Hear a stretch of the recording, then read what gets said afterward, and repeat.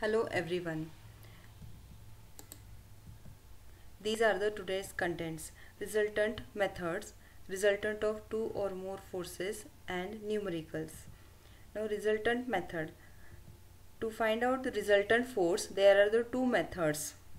Resultant of two concurrent forces, that is the law of parallelogram. ये हमने method पहले ही already हमने discuss की है. Second method resultant of two or more forces.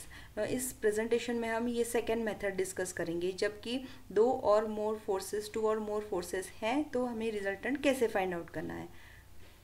Now resultant of two or more forces.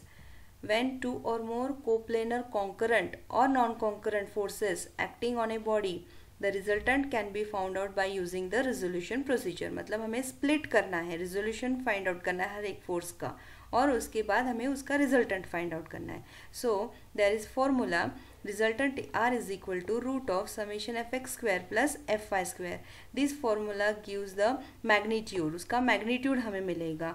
और direction के लिए tan theta is equal to summation fy upon fx, that will give the direction of that resultant force, मतलब उसका angle हमें मिलेगा. Now what is that fx and fy? So where that summation fx मतलब कि algebraic sum of all x component of forces, सारे forces का x component क्या है, so उसका algebraic sum मतलब summation fx, and summation fy मतलब algebraic sum of y component. Similarly सारे forces का y component क्या है, उसका algebraic sum मतलब summation fy. And theta is the angle of resultant force with x axis. मतलब यहाँ पे हमें ये ध्यान में रखना है कि रिजल्टेंट का एंगल है थीटा, किसके साथ है, एक्स के साथ. जब हमें फॉर्मूला ये हमने लिखा है tan theta is equal to summation F Y upon F X, मतलब एक्स यहाँ पे डिनोमिनेटर में समेशन एफ एक्स है, तो एफ एक्स है इसलिए एंगल रिजल्टेंट का एक्स के साथ है. ये हमें यहाँ पे बहुत ध्यान में रखना ज़रूरी है. Now the numerical. Determine resultant of following force system as shown in the figure. अभी यहाँ पे फोर्सेस गिवन है 1 2 3 4 5 6 7. इसका हमें इस सिस्टम का, फोर्स सिस्टम का हमें रिजल्टेंट निकालना है. तो हमें हमारे पास फॉर्मूला है R is equal to root of summation F X square plus F Y square. तो हमें यहाँ पे चाहिए, और मैग्नेट डायरेक्शन के लिए भी समेशन एफ वाई और एफ एक्स चाहिए. तो हमें सारे फोर्सेस का एक्स एंड वाई कंपोनेंट हमें निकालना है, उसकी अलजेब्रिक सम एडिशन करनी है. तो लेट्स सी दैट. अभी ये ओरिजिनल डायग्राम है. ओरिजिनल डायग्राम में क्या क्या गिवन है कि फोर्सेस गिवन है, उसके एंगल है. अभी ये 10 न्यूटन का फोर्स, उसका एंगल है 5 न्यूटन फोर्स के साथ, तो उसका हम डायरेक्टली एक्स के साथ एंगल निकालेंगे. 30 प्लस 30 इक्वल टू 60. तो यहाँ पे हमने सिंप्लीफाइड डायग्राम निकाली है, उसका डायरेक्टली एंगल एक्स के साथ है 60 डिग्री. देन ये 12 Newton force that is represented in the second quadrant, but actually अगर हमने डायरेक्शन उसका ऑब्जर्व किया तो ये है फोर्थ क्वाड्रेंट का फोर्स, तो हमें ये निकालना है फोर्थ क्वाड्रेंट में. तो हमने यहाँ पे ड्रॉ किया, उसका एंगल एक्स के साथ 40 था, तो यहाँ पे अपोजिट एंगल एक्स के साथ ही 40 डिग्री होगा. अगेन यहाँ पे फोर्थ क्वाड्रेंट में एक 12 न्यूटन का फोर्स गिवन है, उसका डायरेक्शन हम देखें तो ये सेकेंड क्वाड्रेंट का फोर्स है, और y के साथ एंगल बनाया 40 डिग्री. तो हम यहाँ पे ड्रॉ करेंगे 12 न्यूटन का फोर्स, उसका y के साथ 40 डिग्री है, तो x के साथ कितना होगा, 90 minus 40, that will give the 50 degree. अभी हम इस डायग्राम को कंसिडर करके हम रिजोल्यूशन करेंगे, X and Y component find out करेंगे. So X component, first force 5 newton, angle is 30 degree, so plus इसका X component towards right side जाएगा, प्लस कॉस 30 डिग्री. इसका X component 10 plus 10 cos of 60 degree. इसका X component left में जाएगा, so minus 12 cos of 50 degree. इसका X component क्या होगा, complete that, minus left में जा रहा है तो माइनस 4, कंप्लीट 4 न्यूटन फोर्स. इसका एक्स कंपोनेंट माइनस लेफ्ट में जाएगा, so minus 15 cos of 60 degree. इसका एक्स कंपोनेंट 0 होगा क्योंकि ये वाई एक्सिस पे है फोर्स. देन इसका प्लस राइट साइड में जाएगा 12 कॉस ऑफ 40 डिग्री.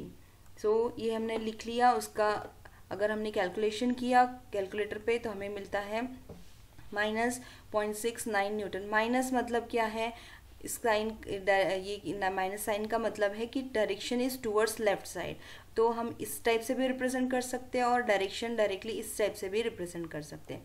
सिमिलरली हमें एफ वाई फाइंड आउट करना है। इसका वाई कंपोनेंट ऊपर जाएगा प्लस साइन 30, इसका plus 10 sine 60 degree, plus 12 sine 50 degree. इसका वाई कंपोनेंट 0 होगा। इसका y नीचे जाएगा माइनस 15 साइन 60, इसका कंप्लीट माइनस 8, इसका भी माइनस 12 साइन 40 डिग्री। और कैलकुलेशन करने के बाद में हमें मिलता है माइनस 8.35 न्यूटन।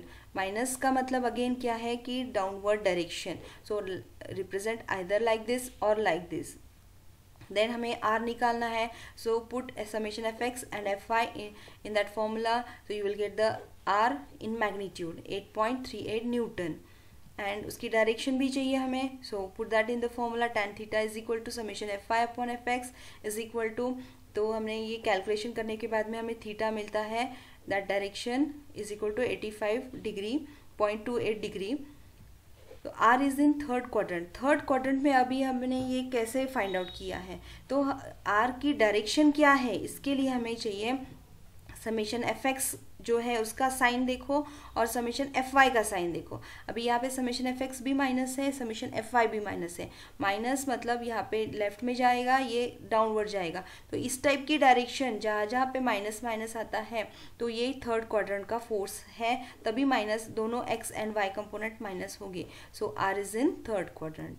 तो ये हमें यहाँ पे बहुत देखना ज़रूरी है कि कौन से क्वाड्रेंट में है। यहाँ पे सिंपल एमसीक्यूज इस टाइप से 1 मार्क्स के लिए पूछ सकते हैं। Now the next question, numerical. 3 concurrent coplanar forces act on a body at a point O. Determine 2 additional forces along OA and OB such that resultant of 5 forces is 0. Refer the figure. अभी इस problem में हमें क्या given है कि 3 forces है, उसमें additional 2 forces और भी हैं, वो हमें फाइंड आउट करने हैं along the OA and OB, और उसका रिजल्टेंट गिवन है 5 फोर्सेस का 0 है, ये हमें हिंट है। तो इसको हमें हिंट कंसिडर करके हमें 2 forces additional forces find out करने हैं। So let this 2 forces P1 and P2 along the OA direction and OB direction. So यहाँ पे क्या गिवन है, as the resultant is 0। Resultant का हमें फॉर्मूला पता है। रिजल्टेंट कब 0 आएगा, जब समेशन एफ एक्स भी 0 है, समेशन एफ वाई भी 0 है। तो हमें इस हिंट को यूज़ करना है, जब रिजल्टेंट 0 है मतलब समेशन एफ एक्स भी 0 है और समेशन एफ वाई भी 0 है, और 2 हमें एडिशनल फोर्सेस फाइंड आउट करने, इसलिए हमें 2 इक्वेशन चाहिए। तो ये 2 इक्वेशन हमें यहाँ से मिलेंगे, इस हिंट से मिलेंगे, summation F X 0 and summation F Y 0। तो एक एक को हम कंसिडर करके सॉल्व करेंगे। समेशन एफ एक्स 0, अभी हमें X component of all forces resolve करके उसको इक्वेट करेंगे 0 से। Now first force 300 newton force along the X axis है, एक्स एक्सिस पे ही है, तो डायरेक्टली 300 प्लस 300 आएगा। Then this force plus 400 cos 45, P1 का एक्स कंपोनेंट 0 आएगा, P2 x component minus P2 cos of 30 degree, and इसका एक्स कंपोनेंट 0 आएगा। सो अगर हम इक्वेट करते हैं इसको 0 से, तो हमें P2, यहाँ पे एक ही अननोन है तो डायरेक्टली P2 मिल जाएगा 673 न्यूटन। सिमिलरली हम सेकेंड इक्वेशन एफ आई का यूज़ करेंगे, इक्वेट करेंगे उसको 0 से, और इसको कैलकुलेशन यहाँ पे P1 P2 दोनों अननोन है, यहाँ पे P2 हमने ऑलरेडी फाइंड आउट किया, तो P2 की वैल्यू यहाँ पे इस इक्वेशन में रखो, you will get the P1। So similarly solve this equation and you will get the P1 453.66 Newton. तो अभी हमें समरी देखते हैं, हमने आज इस PPT में क्या सीखा है कि रिजल्टेंट मेथड्स, उसमें से हमने रिजल्टेंट ऑफ 2 और मोर फोर्सेस उसको देखा है और उसके न्यूमेरिकल सॉल्व किए हैं। Thank you.